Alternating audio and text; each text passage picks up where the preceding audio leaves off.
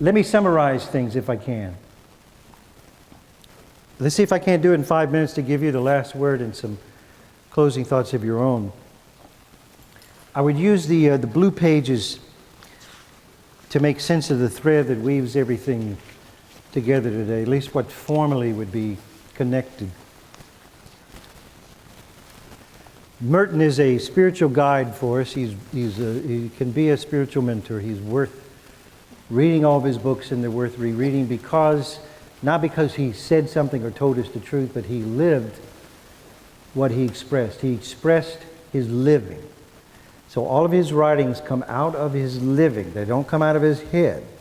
And he was painfully aware of that, and he was conscious of that. He was scared to do that, write his own thoughts. He tried to express what came to him and what went through him. You read that stuff for a while, you start to sense that works through you as well. That's coming through you. And you start to become awake to what is inside of you. That helps us to start to see clearly. That's what we kind of would like to do, if we could see clearly. Not totally. Just see, could I see something clear? And that begins the next step with attention for Merton. His whole life from the beginning to the end was this one big attentive kind of living. He was awake to everything. Everything could teach him. That's what the seeds of contemplation were.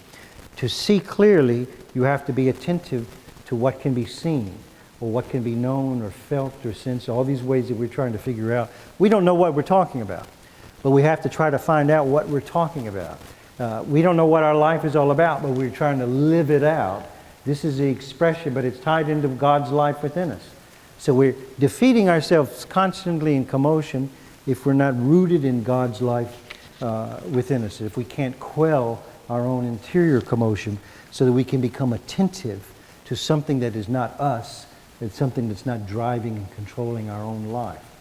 To go inside yourself, down deep into the silence of your own being, is to confront kind of where your little motor or engine is kind of housed. It's like the little mechanic room, or that room in The Wizard of Oz. Pay no attention to that man behind the curtain. That's kind of, we're down there in the control. Get past that. Go down to where you are not in charge of your life. You're still in your life, and you start to realize something else. To become attentive to that. That's when we go through that third point, which is the breakthrough.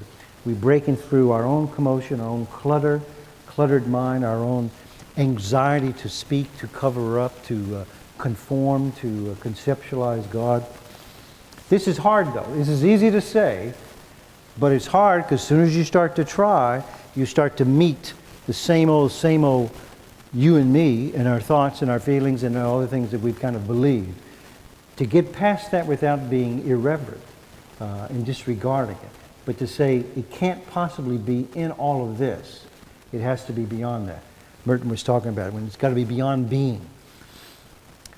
And silence is the trick here, because silence is when we stop our machine and our noise and our talking and our conceptualizing and our thinking. Spiritual life is not thinking. It's something else. It's God's life in us. This we can conceptualize. We can accept that. We can take that in and be like, well, I like that. I like God's life being in. That makes me feel good. No, it has to be actually. It has to really be appreciated. It has to be experienced. It has to be lived, to where God's life is actually lived in us. For Merton, we can only come to any kind of understanding, perception of it in silence, because up until then, we're filling in all the gaps. And then the final point is liberation, because like the Fourth and Walnut experience for Merton, you go into the silence of solitude, which he did in the 50s. Then he came out into the uproar of the 60s with a liberated mind, a liberated soul, not a political liberation. That may trickled out a little bit in some kind of way, but it was the liberation of the soul. I'm now a human being who has experienced God within myself, and I see God shining like the sun in everybody else that's in front of me. That's liberation. It started in 58. 10 years later, it's to the point to where he sees it all over the world. And then, who knows why God takes people when he takes them, but we should all, we'll all get to heaven and we'll sing happy birthday and say, hey, I was talking about you down in Merritt Island. Would you like to ask something? Is that okay for, I've just kind of restated things for a minute to get a little closer, but do you have final thoughts, questions? And you don't necessarily ask me something, but say something that you're thinking or feeling or sensing, if we can get heads or tails of any of that. But I'd really like to stop and you say something.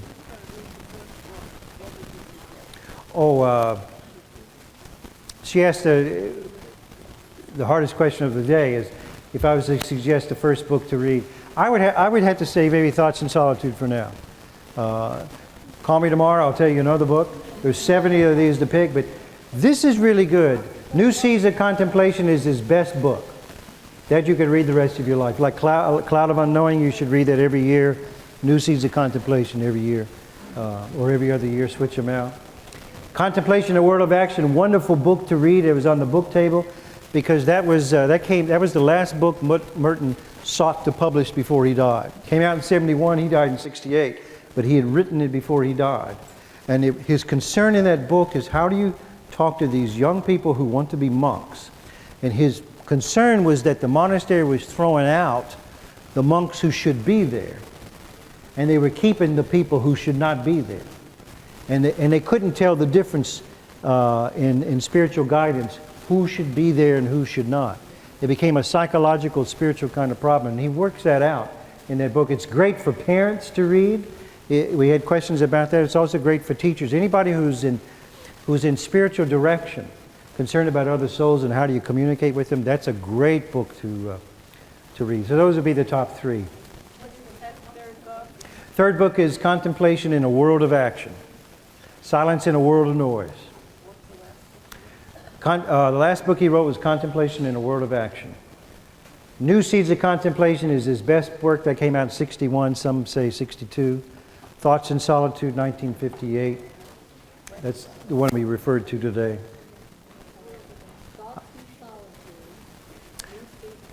Thoughts in Solitude, New Seeds in Contemplation, Contemplation in a World of Action. And that's the start. Yeah. I just wanted to ask you about this prayer on the back. Oh gosh, thank you. That was probably the best thing in the whole handout. I kind of assume most of you are familiar with that prayer. Maybe we'll end with that prayer, maybe before you actually close, if we could, or if somebody wanted to read that. That prayer came in the 50s. It's in Thoughts in Solitude. So the Merton prayer, it's called the Merton prayer because it's famous because it's somebody who does not know where he's going, but he's trusting God. This is his idea of faith. It certainly sounds what it is. It's not a controlling prayer. And most people resonate with this prayer so much because it's like you release your burdens and your sense of management in your own prayer, and you say, I really don't know what I'm doing. And that's the honesty. If we could be honest as spiritual people, be honest with what's going on inside of ourselves and with each other, and not put on pretense and try to drive each other into being something, because we're not in charge of any of this.